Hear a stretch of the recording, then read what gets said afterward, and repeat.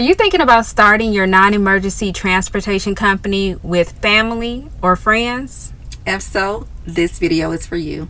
Welcome back to NEMT Van Talks. I'm Jasmine. And I'm Monica. And today we're going to talk about starting your NEMT business with family and friends, the advantages and disadvantages. Yes. So lately we have been getting a lot of questions in DMs about, hey, I'm starting this, NEMT journey, with my family. Yes. And these individuals are excited about it. And I'm excited for them too. But we're going to talk about it a little bit today. Yeah, I agree. Now, I think it's important before we get started, since we're talking about this too, to really thinking about like when we got started, because we get that question asked all the time, like how did we get into business, how do we decide to start a business together. And so I want to be very clear, when Jasmine and I decided to go into business together, it wasn't just overnight. Like, we were friends for a long time, and we still had to set certain expectations before we started the business together, because of course we didn't want to start something that would affect our friendship, because at this point, before we started, how long have we been friends? Maybe like 7 years, somewhere around there. It was a long time. And so it wasn't just someone that I just like, okay, let's start a business together. Like, it was a whole process involved, and we both we made a decision, like, before we allowed the business to deter our friendship, we would part ways. So I say all of that to say, like, because people ask us that all the time, like, how did you know she was the right one, or how did she know I was the right one?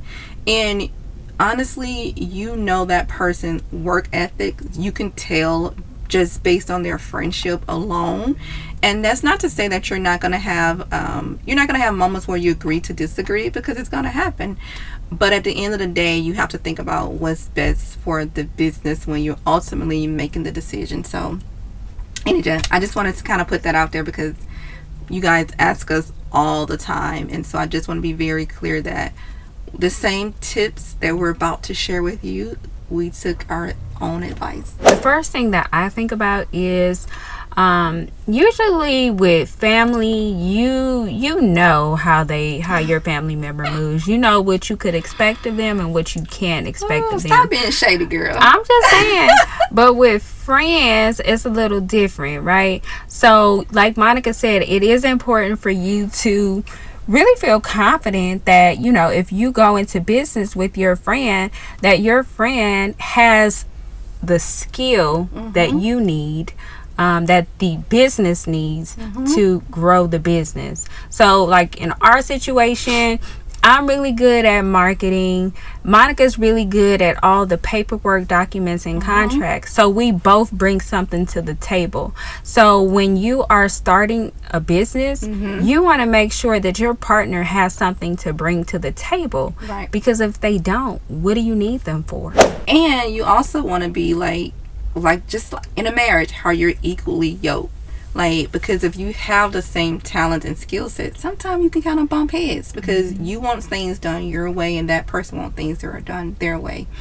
And so that's another good point too. Like, if you both have the same qualities and skills, not saying there's something wrong with it, but you want to be able to complement one another as well. Yeah. And then if you are starting a business with your family member, there's already some level of trust, right? Like, because I know I got family where I'm just like, okay, I could trust you with that, but then my other family, I can't really trust you with that, right? So you already know, what to expect somewhat, right? Because even family, they don't really show you their true colors until a situation pops up. No, girl, be honest. Until money is involved, ain't no situation. I didn't want to say, you said it. Until coins are involved, you see the true color. Like, let's just be honest. That's what happens. Yes. But, like I said, you have somewhat level of trust versus dealing with a friend. There can be some level of trust as well, because I would have never went into business with Monica if I didn't trust her, vice versa. So, that's definitely something to consider. Now, also, when you are building a business with family, right, you think about that work-life balance, Yes. right? Because even with us, like, we find ourselves going on girls trips or going to brunch or whatever, but then we still end up talking about business, right? Yeah. So you have to kind of set a boundary with that, especially if you're going into business with family, like your children and things like that, because if you are going into business with your husband or your children, they still have other needs beyond the business, Absolutely. right? So you want to make sure that you're still, being mom or you're still being wife and addressing those issues that have nothing to do with work. That is so, girl, that is so, I'm so glad you mentioned that, because that is so important as well, because there are moments when we do that. So like when we're at home with our family and we're trying to talk about work, but then we realize it's 7 o'clock, it's 8 o'clock, and we're also trying to eat dinner with our family. We have to be mindful of that. I'm like, okay, we have to set boundaries and cut that off as well. And so that is a really good point. You have to be able to set those boundaries and be able to balance the both if you decide to do that as well. Yeah. And then also when, having a business, you think about tension and conflict. How are you going to handle that? Maybe that's something that you guys should discuss very early on in starting the business, right? So if this happens, this is what we're going to do. Right. We're going to handle it this way, because Monica and I had conversations like that as well. There are decisions that we may not see eye to eye on, and so we already know if there's something that we don't see eye to eye on, we got to talk about it. And we got to talk about it until we figure it out. And that's exactly what we do. So I would suggest that you set certain, set certain things in place so that, if something happens or you guys have some type of disagreement, you already know what the process is when it comes to resolving that issue. And the same thing when it comes to finance as well.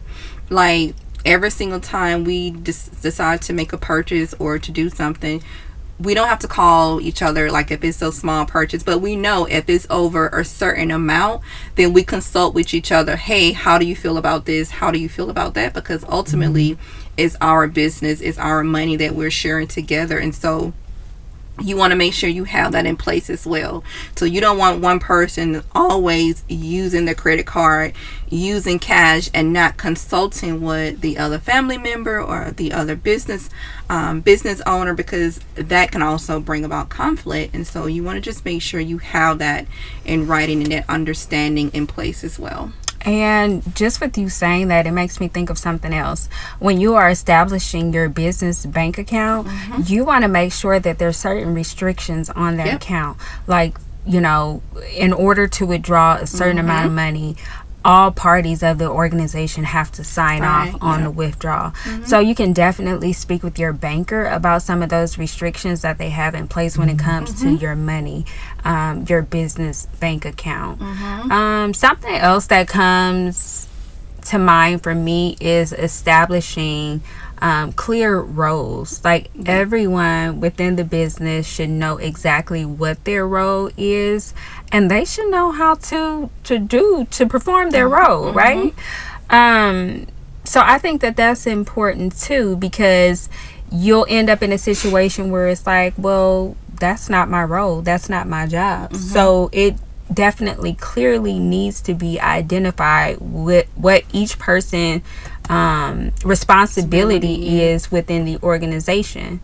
Now, another thing that I think about is stop bringing multiple people into your organization. I'm sorry, because you guys know, we do the PAVE application, Medicaid application for a lot of different people, and people are adding 4, 5, and 6 members to their LLC and corporations. Like, by God, you guys, this is too much.